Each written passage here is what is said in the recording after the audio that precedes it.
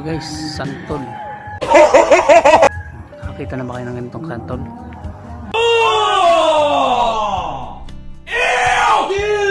Guys, matamis to guys pag ilaw pa. Minumukbang ko nga dito eh.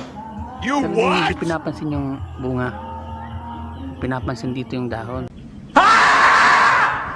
Ito kasi ginugulay ito. Masarap ito gataan, lalo na yung talbos.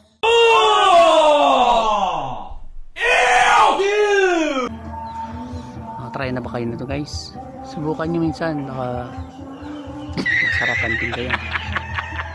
Ay, nakamunga na. Nakamunga na yung santol guys. You serious? Ayan, na rin to. Maraming benefits to. Pwede to yung ano, yung niya, yung sanga. Ayan, kuha kayo ng sanga, yung straight. Tapos, kung may anak kayo na matigas ang ulo, padapain nyo. Ayan, gamit nyo yung stick na yan, pamalo.